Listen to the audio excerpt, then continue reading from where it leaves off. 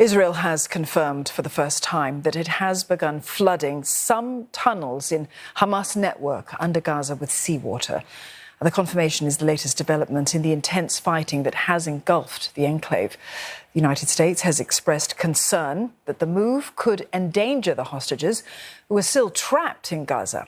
The tactic has also drawn criticism that it could impact Gaza's limited clean water supply. But the IDF says that it carries out comprehensive checks, including an analysis to make sure groundwater is not contaminated. Overground, the violence continues, especially in the southern city of Khan Yunis. The Gaza Health Ministry says that the death toll from Israeli strikes has reached 26,900. Nearly 66,000 people have been wounded. Outside of Israel's borders, one regional spillover of the conflict seems to have been avoided. An Iran-linked militia in Iraq that the United States blames for an attack on its soldiers in Jordan says that it is suspending military operations. Now, the militia hinted to pressure from both the Iraqi government and Iran.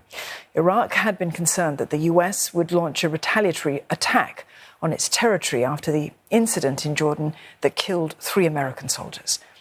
On the humanitarian front, Israel has been repeating its call for the international community to defund UNRWA.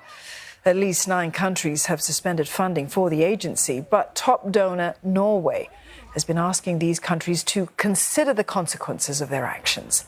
Oslo says that it will continue funding UNRWA, adding that the international community must avoid collectively punishing millions of people. Meanwhile, diplomatic efforts to broker a new truce are underway. Hamas says that it's studying a new proposal, which includes the release of hostages in Gaza. But Israeli Prime Minister Benjamin Netanyahu says he will not accept any deal that requires the release of Palestinian prisoners or the departure of Israeli troops from Gaza. For more, Sarah Coates joins us. She's live for us from Tel Aviv.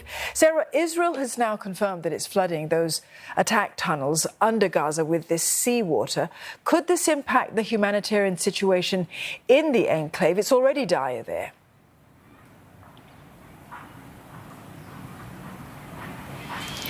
Hello there, Dawn. Well, look, according to scientists, it certainly could. There is a lot of fear that pumping salty seawater from the Mediterranean into the Strip in these labyrinth of tunnels could, in fact, contaminate what little water is left in the Gaza Strip. We do need to remember that since this blockade was imposed on the Strip, taps have been running dry, water has been trucked in, and people really say they don't even have enough, even as it is. So this is super concerning. Along with water going into these tunnels could potentially make weapons and chemicals that are being stored in there. They could leach into the soil, which could have very long-term consequences. So this is extremely concerning on that front. But of course, there are these hostages. They are widely believed to be being kept in these tunnels underneath the Gaza Strip, and their families are extremely worried that pumping this water in will not only get these tunnels, break down these tunnels, damage the infrastructure and potentially flush out Hamas militants, but they're extremely concerned that it could, in fact, drown their loved ones. And look, they are continuing to protest. They are continuing to call on the government to do everything it can to bring these people home. You did mention this deal. We know that senior Hamas leaders are in Cairo discussing the framework right now.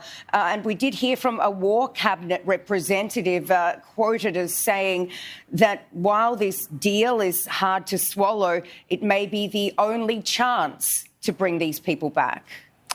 So still many unknowns with these developments, Sarah. But meantime, there seems to be this concerted push by all sides to reduce the risk of wider tensions in the Middle East.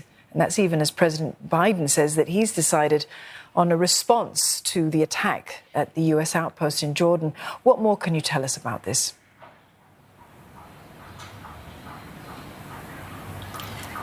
Well, look, the British Foreign Secretary, he is here right now to try and bring tensions down. And we do know the US Secretary of State Blinken, he will make his 6th visit to the region this weekend to also do the same. He'll be talking to people here in Israel late Saturday night with the War Cabinet, discussing the situation in Gaza. He'll also be obviously addressing the situation in the Red Sea, the captives, and on Israel's northern border. Now, we do have a response from Iran after President Biden decided on a response. He didn't give any further information. That's, of course, over that attack in Jordan on the weekend, which killed those 3 US service personnel. But Iran is now saying that Tehran will respond decisively to any attack on its territory, its interests, or Iranian nationals outside its borders. So, look, that is certainly concerning.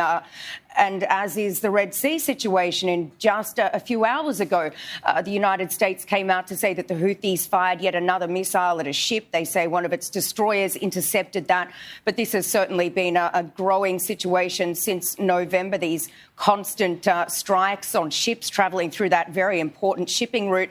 And we do need to remember, of course, the situation on Israel's northern border. We heard the Defence Minister, Yoav Gallant, he came out just yesterday to say that the Home Front Command is ready for a potential war with the Lebanese group. So this is all very, very concerning. And this is why, as I mentioned, there are so many diplomatic trips on the agenda. Sarah, thank you for that. Sarah Coates there in Tel Aviv.